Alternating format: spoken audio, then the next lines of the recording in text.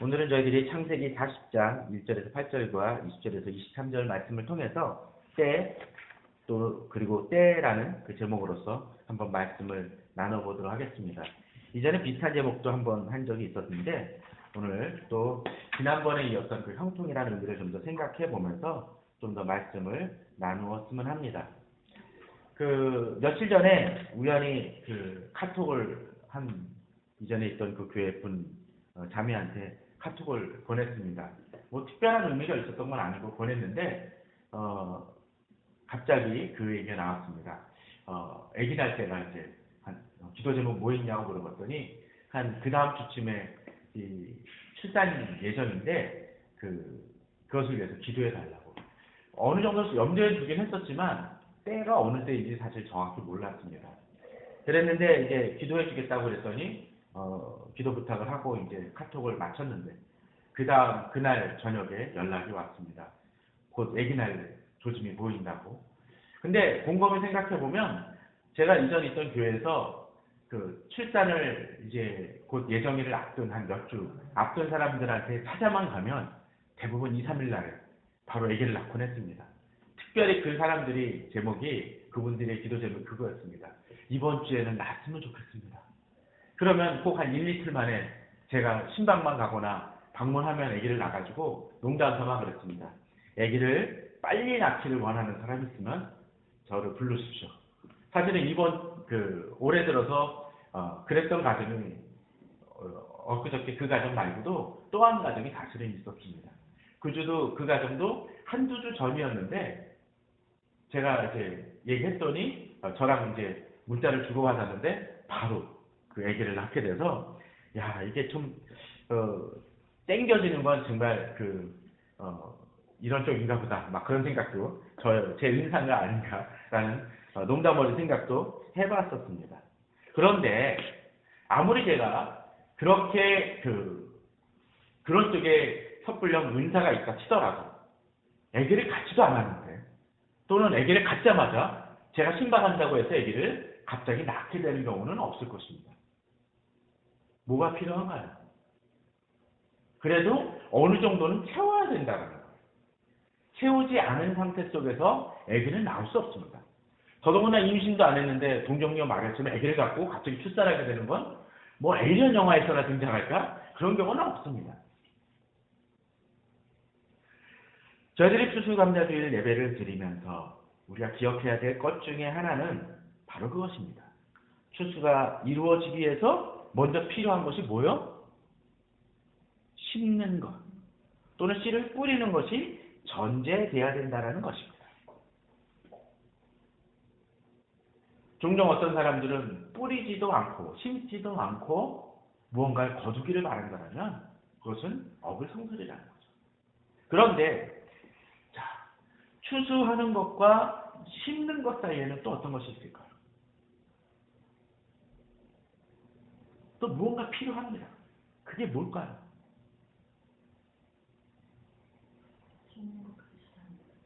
예. 잘 보살피고 그런 게 필요하겠죠. 그건 뭡니까? 기다림이라는 시간이 필요하다라는 얘기겠죠. 기간이라는 것이 필요하다라는 것입니다. 그동안에 어떤 것이 제대로 되어지지 않는다면 아무리 심어도 씨앗을 뿌려도 거둘 수 없다라는 것이죠. 예전에 농담 중에 그런 거 있지 않습니까? 하늘과 땅 사이 또는 신약과 구약 사이에 뭐가 있다고? 과가 있다고 합니다.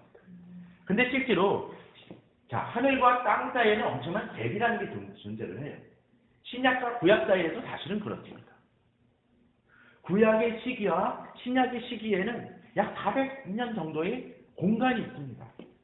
우리는 구약의 제일 마지막 장을 읽고 신약 마태복음 1장으로 넘어가면 바로 이어서 읽을 수 있지만 실질적인 역사적 기간을 보면 갭이라는 게 필요하다는 거죠.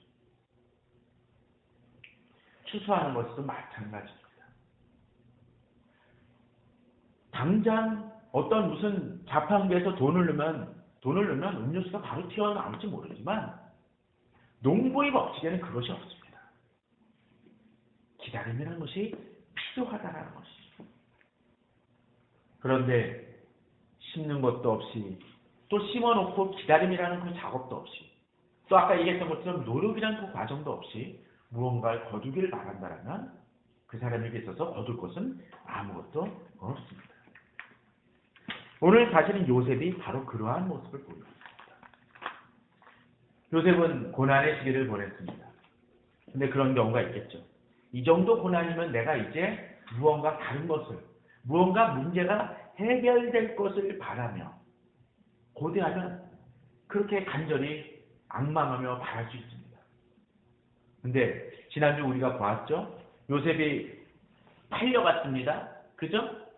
형들한테 의해서 팔려가고 또 좀 떨어진 족속이긴 하지만 이스마엘 그 사람들을 통해서 팔려갑니다. 더더군다나 이방 족속에게 팔려가서 어땠습니까? 노예로 나갑니다.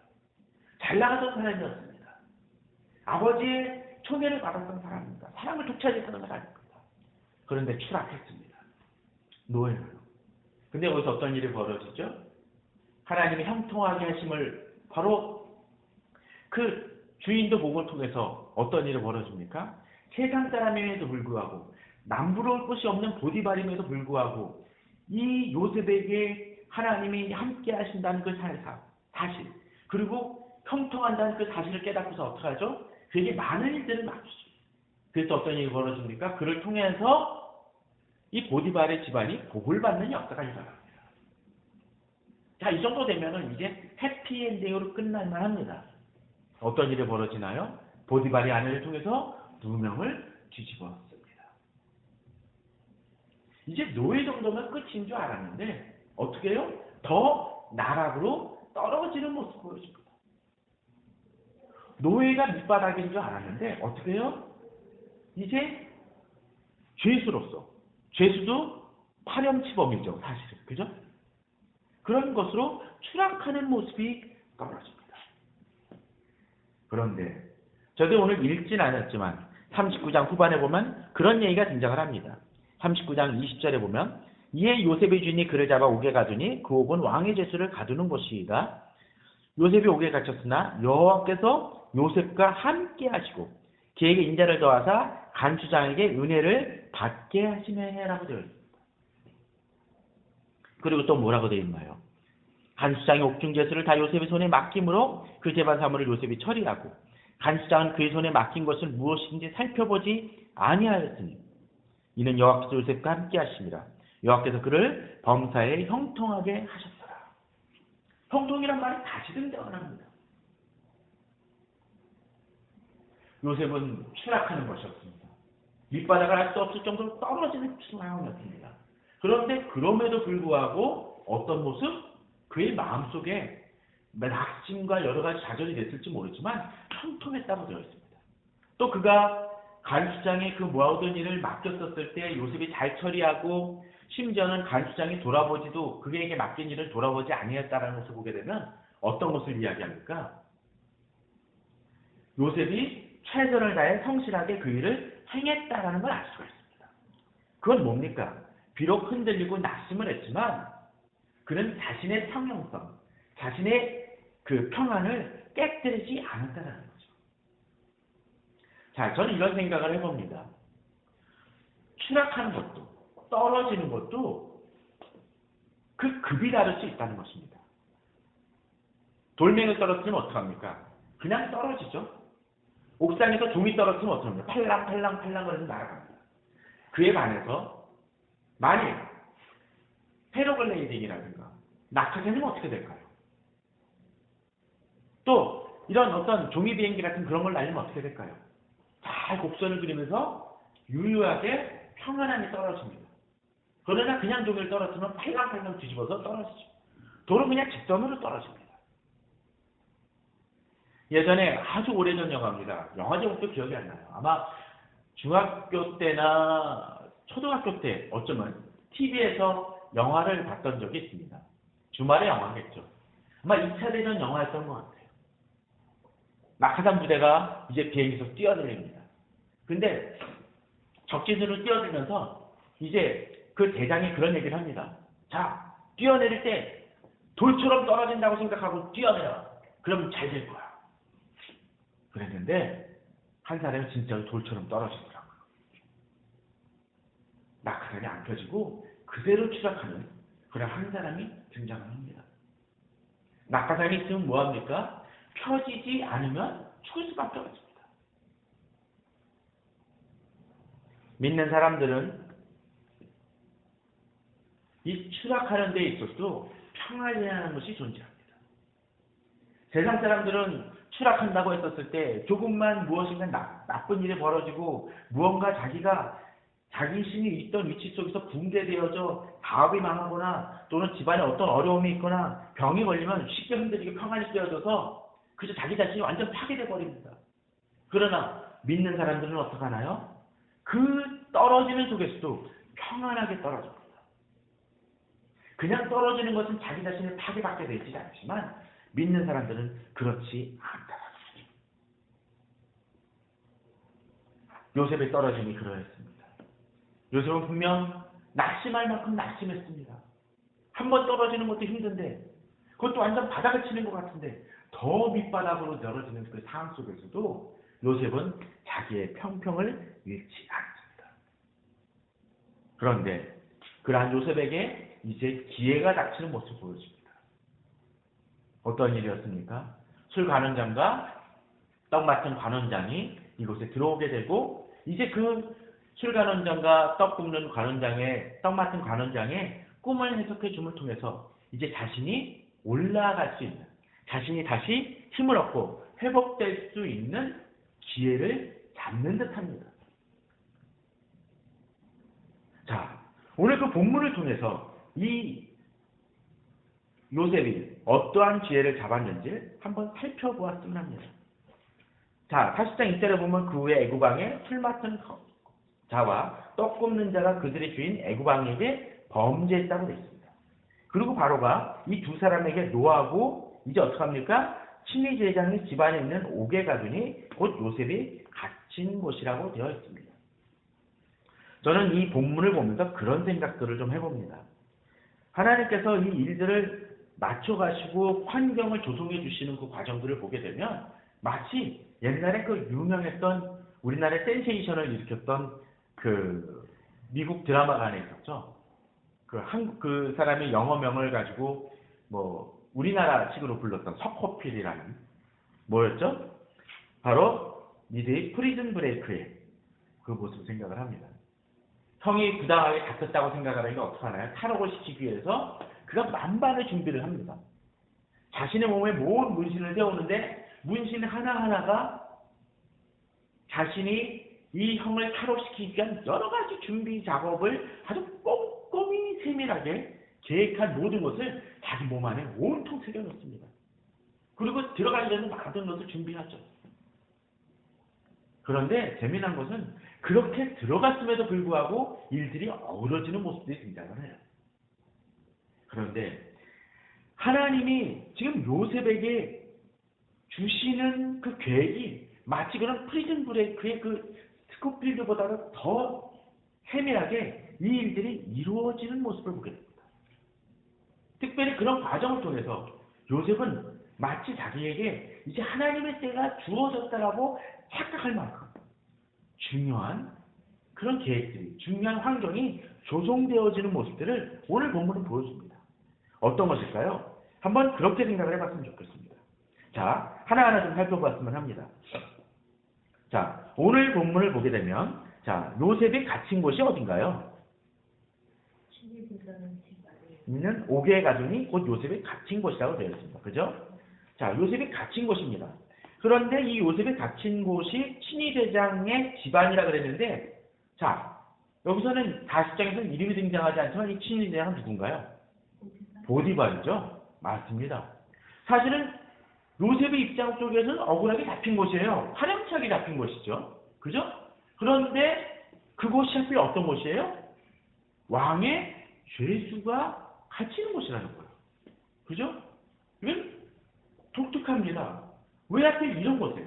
그것도 파렴치범으로 잡힐까라는 생각이 들 수가 있는데 하필 왕의 죄수. 사실은 요셉이 거기에 갇힐 만한 사람입니까? 사실은 그런 파렴치범이니까 여기 갇힐 이유가 없어요. 일반 사병만 하면 됩니다. 아무래도 개인적인 그런 부담이 있으니까 또 어쩌면 집안에 시끄러운 일일지도 모르죠. 아마도 여기 본문을 보게 되면 이 보디발이 어떡하나요? 잘 보게 되면, 본문을 보게 되면은 그 보디발이 이 일을 맡기는 모습이 보여집니다. 여러 가지 일들을. 자, 4절에 보면 친위대장이 요셉에게 그들을 수종들게 하매라고 했는데, 이 친위대장이 또 누구예요? 보디발이겠죠. 아니, 자기 아내를 추행하려던 사람을 이런 일을 맡긴다는 게 말이 됩니까? 사실 상식적으로 이해가 안 되죠. 그럴 수 있을 것 같아요. 아마도 외형적으로는 이게 자꾸 문제가 일어나니까 요셉을 어찌할 수는 없을 것 같고, 처음에 분노했겠죠. 그런데 나중에 점점 생각을 해보니까 영 아닌 것 같아. 이 자기 아내를 못 믿는 거죠. 그러니까 어떤 일을 행합니까? 이제 요셉에게 비록 여기 있지만 그 일들을 신뢰하고 맡기는 모습을 보여줘요. 자, 그런 와중 속에서 이제 이 일을 특별한 곳에 요셉이 전체적인 것을 돌아보는 역할을 맡겠다는 거예요. 자, 두 번째 또 어떻습니까? 아까 얘기했던 것처럼 왕의 죄수를 가두는 곳이에요. 그죠? 그리고 어떤 일이 벌어집니까? 왕의 죄수를 가둔 곳이는데 왕의 신하 2명이 연달아 갇혀요, 동시에. 그리고 이 사람들은 어떤 사람입니까? 술 맡은 사람들 또는 떡 맡은 사람이라는 걸 생각을 해본다면, 관원장이라는 것을 보면 아주 최치큰이라고 보시면 거의 다름이 없습니다. 자, 성경 속에서 술 맡은 관원장이 또 한 명 등장해요. 누굴까요?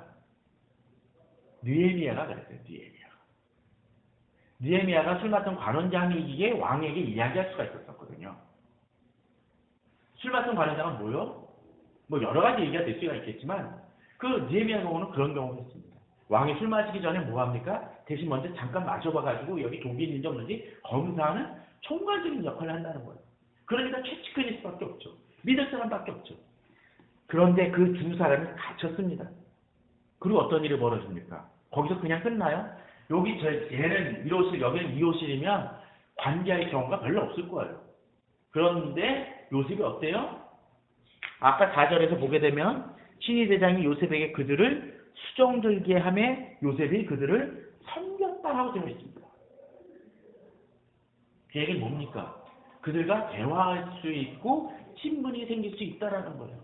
더더군다나 요셉은 그 간수장을 통해서 이 모든 일들을 총괄하는 일들마저도 맡았습니다. 그들이 필요가 있으면 채워주고 여러 가지 편의를 제공해 줄 수 있는 중요한 역할을 해요. 특별히 간수장이, 친위대장이 요셉에게 그들을 수종들게 했다는 건 뭡니까? 이들의 입지가 어떨지 아직은 결정 안 났다는 겁니다. 그러니까 이 친위대장도 이들을 잘 배려해 줌을 통해서 이득을 얻고자 하는 마음도 있었던 것 같아요. 참습니다. 그들이 이제 잘 배려해 주게 되면 나중에 요셉에게 좋은 얘기를 해줄 거, 요셉에 대한 좋은 얘기를 해줄 것 같으니까 요셉도 그럴 수 있습니다. 더 배려해 줄 수 있습니다. 찬스 아닙니까? 여기까지가 어쩌면 요셉이 할 수 있는 일이었을지 모릅니다. 그렇지 않을까요? 더 이상 뭘 하겠습니까? 뇌물이라도 줄까요? 그런 거 통하지가 않겠죠. 그런데 이렇게 돼도 좋은 환경이다 생각을 하고 자신이 지금 입지가 조금이라도 좀 잘 해소되기를, 자신이 나중에 혹시 이 사람들이 잘 되면 그 뒤에 나오는 것처럼 요셉이 부탁할 수 있는 여지가 되지만 여기서 또 한 가지 일들이 벌어지고 있습니다. 뭡니까? 이들이 꿈을 꿔요. 그죠? 두 사람이 각기 기이한 꿈을 꿉니다. 그리고 그것을 이제 이들이 요셉이 보니까 어떡합니까? 6절에 보면 아침에 요셉이 들어가 보니 그들에게 근심의 빛이 있는지라. 자, 근데 여기서 이제 요셉이 좀 성숙됐다는 느낌을 듭니다. 예전에 요셉은 어떠했나요? 자신이 채색 옷을 입고 자신이 대우를 받고 자신에게 있어서 좀 잘나가는 부끄러운 꿈을 꿨는데 그걸 형들한테 얘기합니다. 밉보이는 거죠. 그런 사람 참 깝깝스럽죠. 얘는 시험 죽 쓰고 있는데 요번에 수능고사 아주 죽 썼는데 가가지고 나 수능고사 너무 잘 본 것 같아. 그러면은 밉상이라도 그런 밉상이 없죠.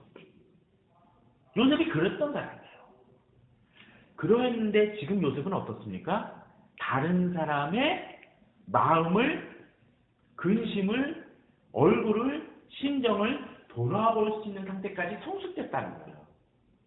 그러니까 모든 것을 돌아볼 수 있는 그 직분까지 맡을 수 있는 책무를 맡을 수 있는 수준까지 되죠. 사람을 돌본다라는 것은 그냥 관리하면 되는 게 아닙니다. 회사의 그 임원들은 그저 어떤 사람이 그 늦게 왔다 잘했다 고감을 매기는 것이 아니라 그 사람의 필요를 볼 수 있는 수준까지 돼야 됩니다. 목사도 마찬가지입니다. 그저 설교 잘하고 그저 그냥 여러 가지 일 잘한다고 되는 것이 아니라 성도의 심령을 돌아보지 못하면 그 목사의 자격 없습니다. 근데 요셉이 사람의 심정을 돌아볼 수 있는 수준까지 됐다는 것이죠. 그런데 앞서 얘기 드렸던 것처럼 여기서 멈춘다고 하더라도 그 답은 없다는 거예요.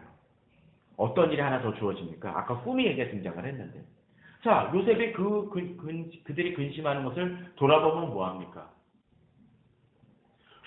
그런 꿈 꿨으니까 걱정되겠다 한다라면 별로 도움이 안 됩니다. 근데 여기 한 가지가 더 있죠. 뭡니까? 8절입니다.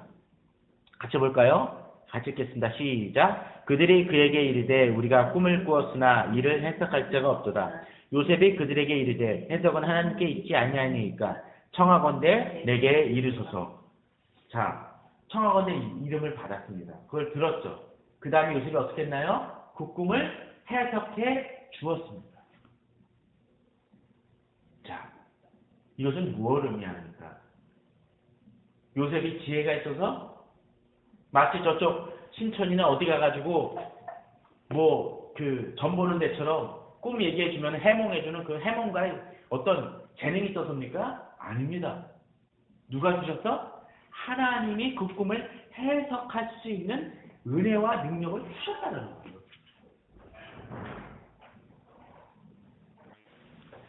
자, 한번 우리가 계속 그 부분을 가르쳤으면 좋겠습니다. 자, 하나님이 주셨다는 거. 요셉이 아무리 노력해도 한계라는 것이 있을 수 있습니다. 그런데 하나님이 주심을 통해서 그 꿈을 해석할 수 있는 능력은 인간이 노력해서 되는 것이 아니고 하나님이 베풀어 주시는 은혜라는 것이죠. 자, 그럼을 통해서 그 꿈도 해석해 줬습니다.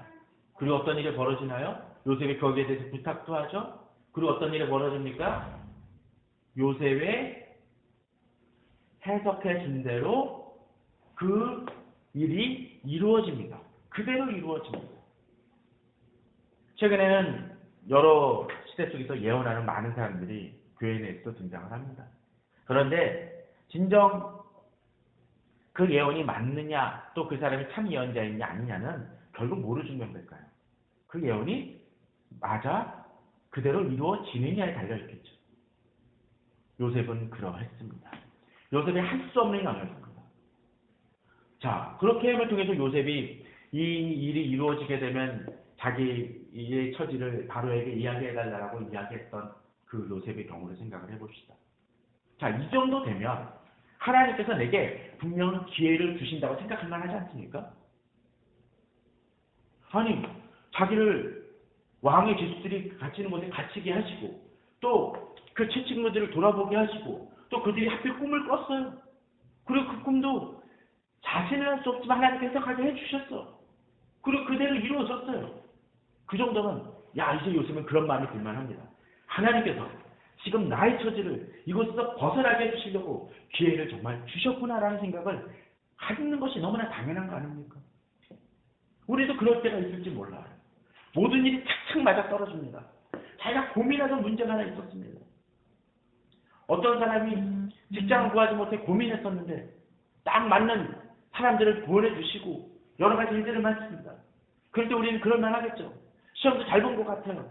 2차 시험 면접도 잘 본 것 같아요. 그리고 어떤 일을 그러겠습니까? 하나님, 정말 이것을 내게 이 직장을 주시는 것이 맞는 것 같군요. 하나님 감사합니다 했는데 갑자기 떨어집니다. 그럼 그럴 만하겠죠.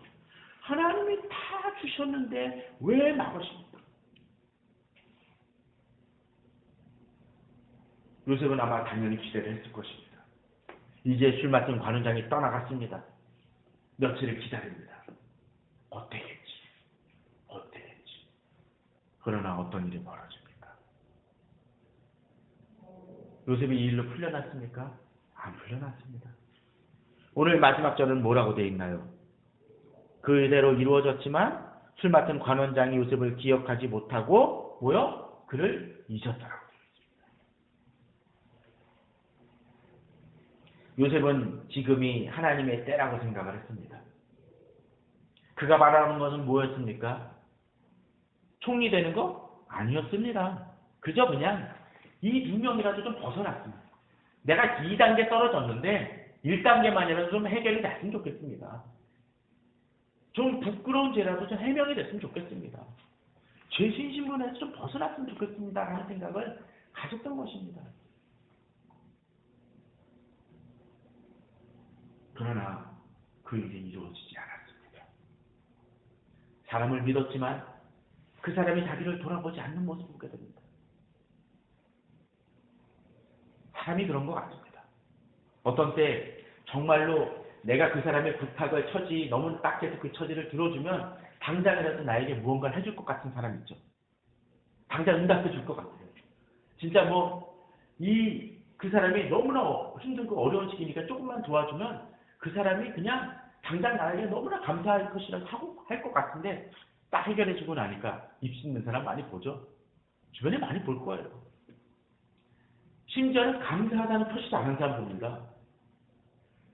그러고 나서 몇 달 만에 다시 전화를 해요. 뭐합니까? 또 다른 부탁하느라.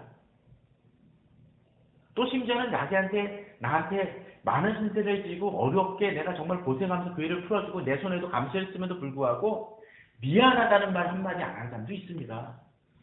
사람이 그런 것 같아요. 그렇지 않습니까? 요셉은 지금이 때라고 생각을 했고 하나님 이때 나 이것만큼이라도 좀 해결해 주셨으면 좋겠습니다 라고 생각을 했지만 그것이 막히는 모습을 오늘 본문은 보여줍니다. 그때 우리는 좌절합니다. 낭망합니다. 어떠하시겠습니까? 그런데 어떤 때 그것이 마치 지금 나는 이때라고 생각을 하지만 그것이 어쩌면 씻는 것과 같고 그 기다림의 기간 중에 한 여정 중에 한 지점일 수도 있다는 것을 우리는 좀 돌아볼 필요가 있습니다. 오늘이 저희들이 읽지 않았지만 41장 1절을 한번 같이 읽어봤으면 합니다. 41장 1절입니다. 시작. 만 2년 후에 바로가 꿈을 꾼즉 자기가 나일 강가에 서 있는데 몇 년이 지났다고요? 2년이란 세월이 지납니다. 2년이란 세월이 지난 다음에 누가 꿈을 꿔요? 바로가 꿈을 꿉니다. 그리고 우리들이 읽지는 않았지만 어떤 일이 벌어집니까? 그 꿈을 너무나 기이해서 주변 사람들한테 물어보지만 답을 아는 사람이 아무도 없었고 그제서야 술 맡은 관원장이 어떻게 합니까? 9절에 보면 술 맡은 관원장이 바로에게 말하이르되 내가 오늘 내 죄를 기억하나이다. 바로께서 종들에게 노하사 나와 떡 굽는 관원장을 친위대장이 집에 가주셨을 때 나와 그가 하룻밤에 꿈을 꾼즉 각기 뜻이 있는 꿈이라 쭉 내려가서 그 해석된 대로 되어 나는 복직되고 그는 매달렸나이다 라고 얘기합니다. 이 술 맡은 관원장이 그 꿈을 기억하는 이유가 뭡니까? 바로가 그러한 일들을 당하니까 그제서야 깨닫습니다. 그렇게 깨닫고 또 얘기하는 이유가 뭐겠습니까? 이건 기회 아니에요? 자기에게도? 그죠? 기회니까 아마도 더 얘기했던 것 같습니다. 그냥 요셉만을 위해서는 절대 그 얘기 안 했을 거예요. 그렇지 않습니까? 특별히 한번 생각을 해보십시오. 아마 요셉이 그 청탁을 했었어요. 그 청을 했었을 때 만약 술 맡은 관원장이 바로에게 얘기했다면 바로에게 얘기했다면 어떤 일이 될까요? 바로 그 자신도 뭔가 해를 당했을지도 모릅니다. 왜냐하면 자기 목숨 겨우 살아났는데 너 겨우 목적인데 거기다 부탁을 해요? 택도 없는 일이죠. 그렇게 지금은 누구 때문에 이야기를 하는 겁니까? 자기 자신도 아니고 요셉을 위해서도 아니고 바로가 난처한 위치에 두렵고 떨리는 꿈을 꾸니까 그제서야 이제 바로를 위해서 하는 것이고 그거는 또 누구를 위해서? 자기 자신을 위해서도 도움이 되는 것입니다. 요셉 위해서 하는 거 아니에요.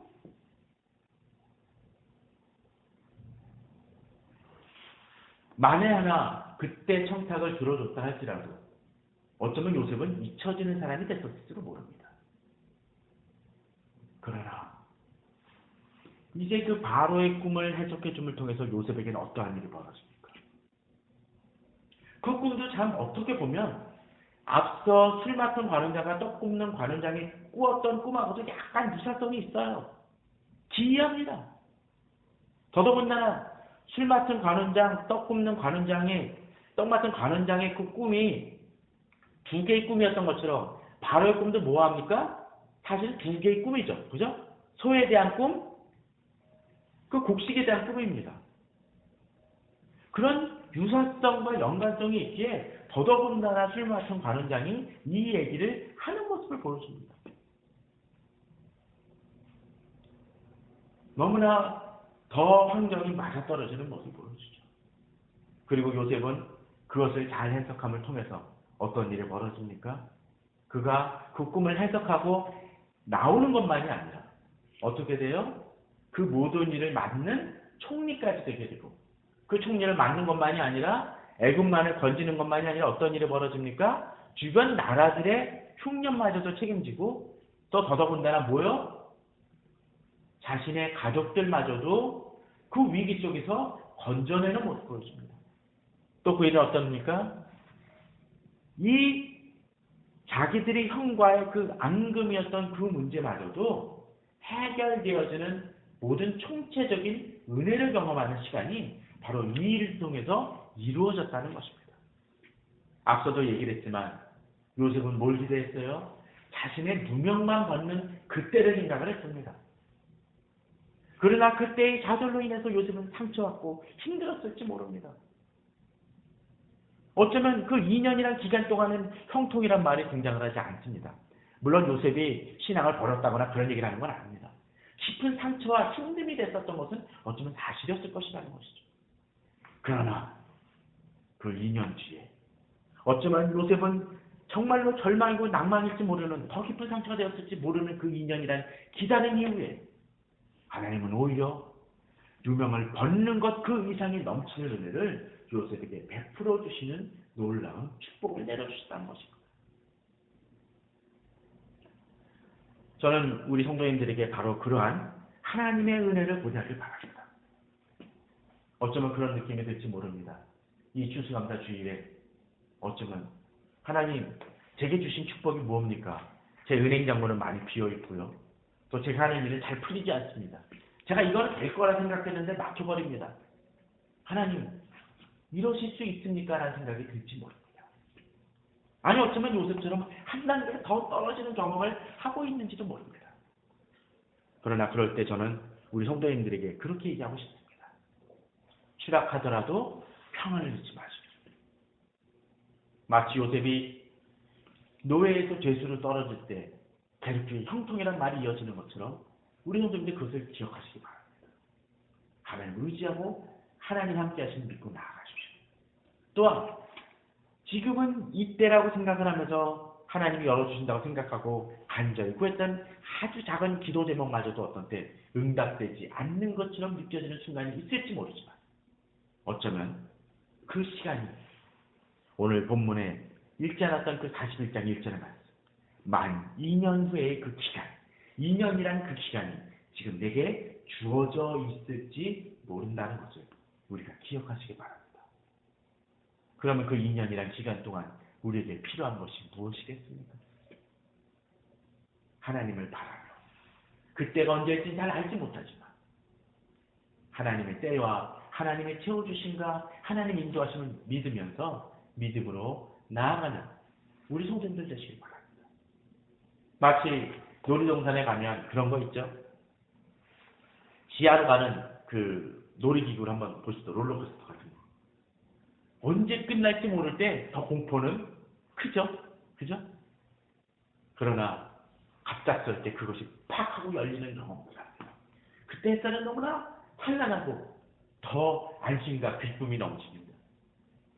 하나님이 요셉에게 허락하셨던 그 축복 저는 우리 성도님들에게도 동일하게 임할 것을 믿습니다. 마치 앞서 추수와 심는 것 사이에는 그 기름과 돌봄의 시간이 필요하듯이 우리 성도님들에게도 그런 하나님을 의지하며 믿음으로 나아가고 주님께 기도하며 준비해 나가시는 또 그 평안을 잃지 않으시는 또 그리고 2년 후에 분명한 그러한 축복을 경험하시는 우리 성도님들 되시기를 주님의 이름으로 축원합니다. 아멘.